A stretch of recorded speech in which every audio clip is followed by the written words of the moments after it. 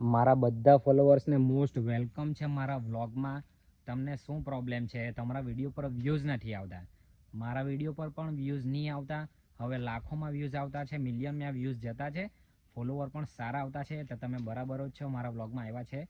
છેલ્લે સુધી વ્લોગ જોજો. તમે વ્લોગને જરાક બી સ્કીપ નહીં કરતા તો જ તમને સમજ પડશે તમારે કેવા વિડીયો બનાવવાનું, કેવું એડિટિંગ કરવાનું, કેવા કન્ટેન્ટ પર કામ કરવાનું, કયા ટાઈમે અપલોડ કરવાનું, શું શું તમારે સાવચેતી રાખવાનું છે, મતલબ શું શું ધ્યાન રાખવાનું છે, એ બધું જ તમને હું જણાવીશ. તો વ્લોગને છેલ્લે સુધી જોજો, તમે સ્કીપ નહીં કરતા. અને હા, તમે બહુ ભૂલ કરતા છે એટલે તમારા વિડીયો વાયરલ નથી થતા. એક એક વસ્તુ, એક એક પોઈન્ટ તમારે ધ્યાનમાં રાખવાનું રહેશે તો તમારા વિડીયો વાયરલ થશે, તો તમારા ફોલોવર્સ વધશે. પછી મને બધા મેસેજ કરે કે મારે કે તારી જેમ બનવું છે. ભાઈ, એમને એમ નહીં બને. એના માટે જી જાન લગાવીને મહેનત કરવું પડે અને બધું જ એક એક પોઈન્ટ ફોલો કરવું પડે. એડિટિંગ સરખું કરવું પડે, કન્ટેન્ટ પર કામ કરવું પડે. ફાલતુ વિડીયો નહીં ચાલે.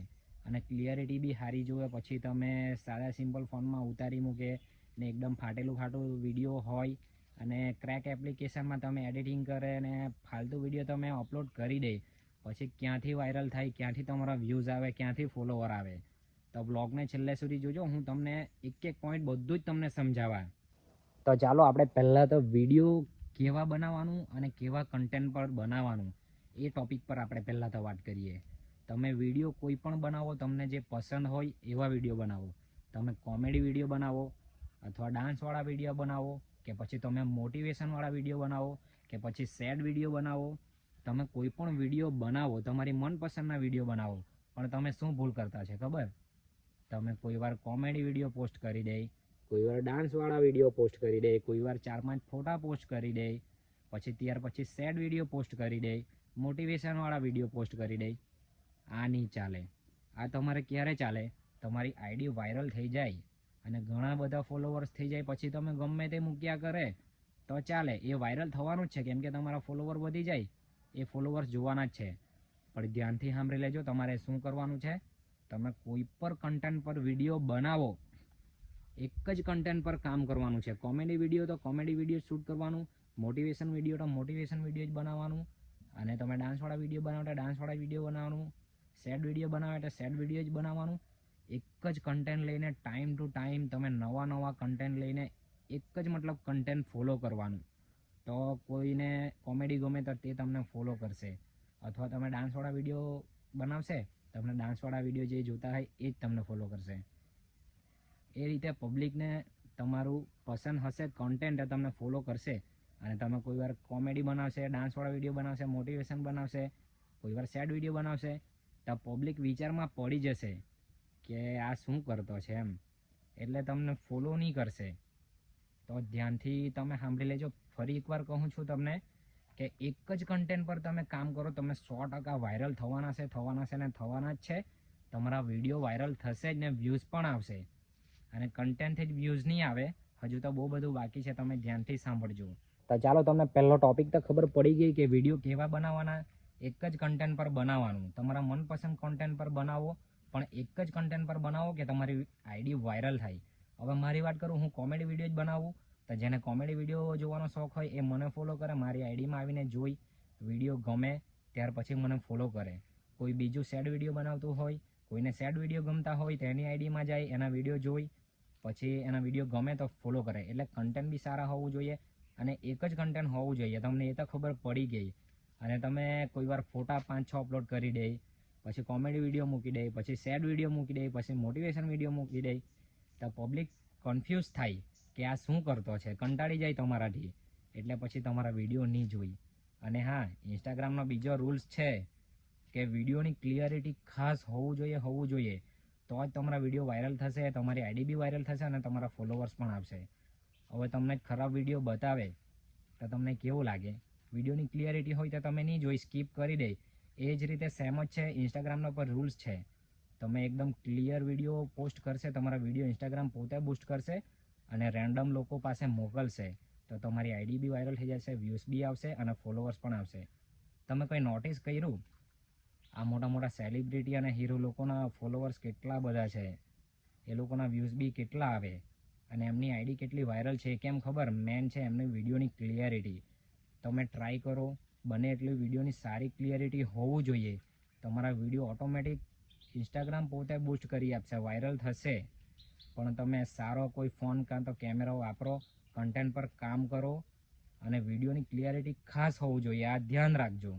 ચાલો, તમને એ પણ ખબર પડી ગઈ કે વિડીયોની ક્લિયરિટી હોવું જોઈએ તો વિડીયો વાયરલ થાય અને વ્યૂઝ આવે.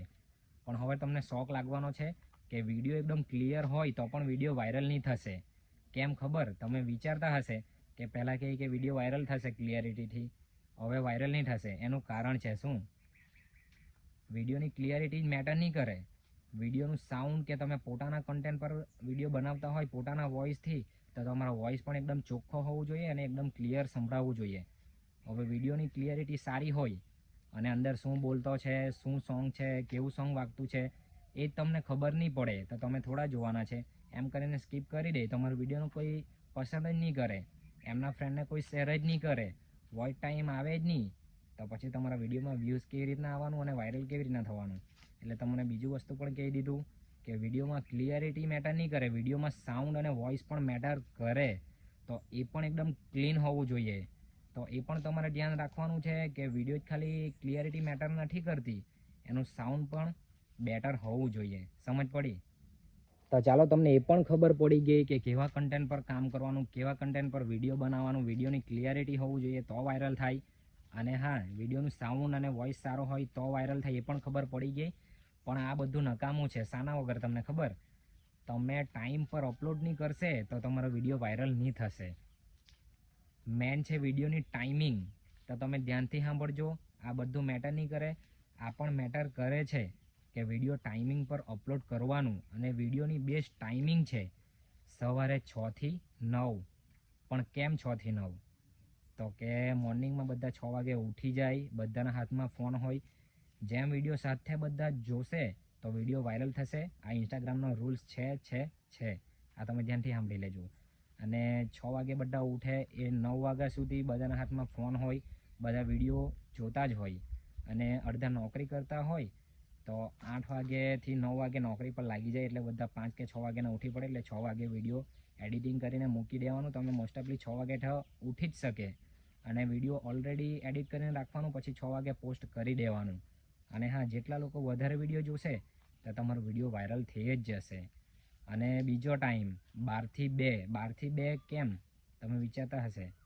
બધા કંપનીમાં કે સ્કૂલમાં કે ગમે ત્યાં લંચ ટાઈમ હોય, તો બધાના હાથમાં ફોન હોય. તો એટલા વાગે બધાના હાથમાં ફોન હોય એટલે બધા સાથે વિડીયો જોઈ, તમારો વોચ ટાઈમ આવી જાય અને બધા એમના ફ્રેન્ડને વિડીયો શેર કરે ગમે તો, એટલે તો પણ તમારો વિડીયો વાયરલ થઈ જાય. અને સાંજેનો ટાઈમ છે 6 થી 10 વાગ્યા સુધી. સાંજે 6 થી 10 ધ્યાનથી સાંભળજો.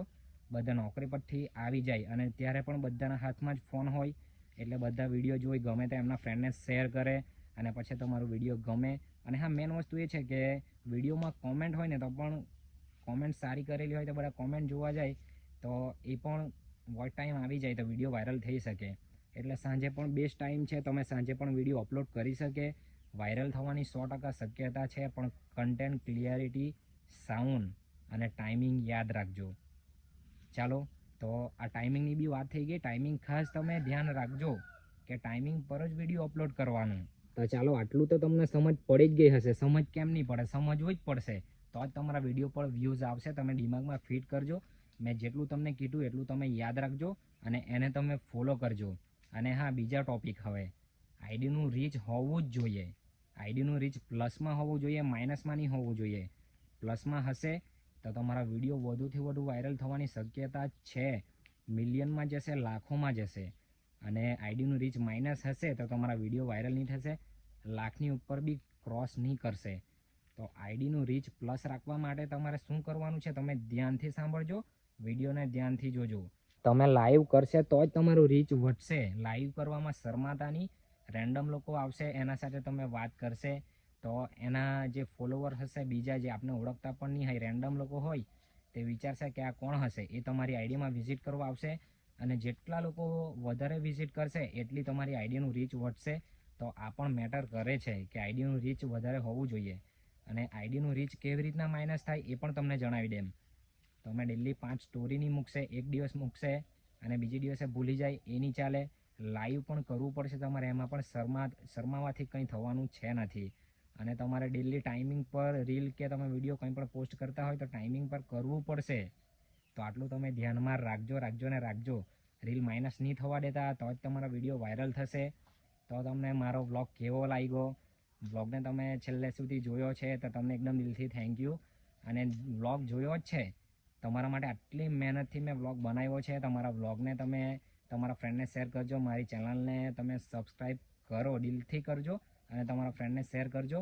અને તમને કંઈ પણ પ્રોબ્લેમ હોય, તમારી આઈડી છે ઇન્સ્ટાગ્રામ પર ઇટ્સ કે કોમેડી, તમે એના પર મેસેજ કરો કે અમને વિડીયો બનાવવામાં કે પોસ્ટ કરવામાં કન્ટેન્ટમાં આ પ્રોબ્લેમ થતી છે, તો હું તમને બધું જ મોટિવેશન કરા. અને મને તમે મેસેજ કરજો કે આ ટૉપિક પર બી તમે વ્લોગ બનાવો, તો તમને હું તે ટૉપિક પર પણ વ્લોગ બનાવીને આપા અને તમને મોટિવેશન કરા.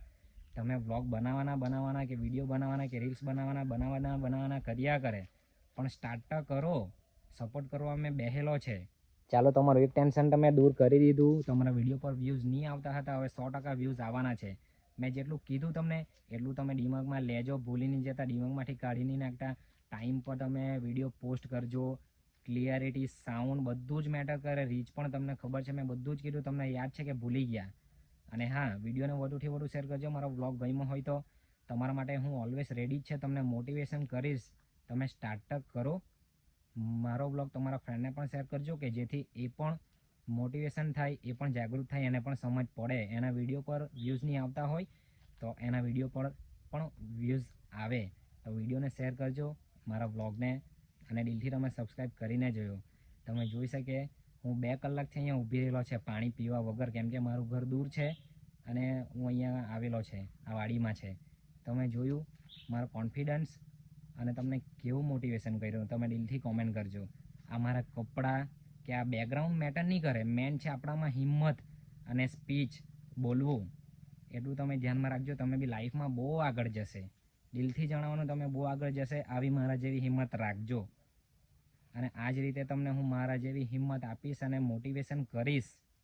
આજે લોકો મારા સાથે ફોટા પડાવતા છે, બધા તમારી સાથે પણ પડાવશે, પણ મારા જેવી હિંમત રાખવું પડશે અને મારા જેવી સ્પીચ તમારે આપવું પડશે. તો દિલથી મારી ચેનલને તમે સબસ્ક્રાઈબ કરીને જજો અને તમારા ફ્રેન્ડને પણ શેર કરજો, જેથી એ પણ મોટિવેશન થાય, જાગૃત થાય અને એ પણ આગળ વધી શકે. ચાલો, બાય. થેન્ક યુ વ્લોગ જોવા માટે.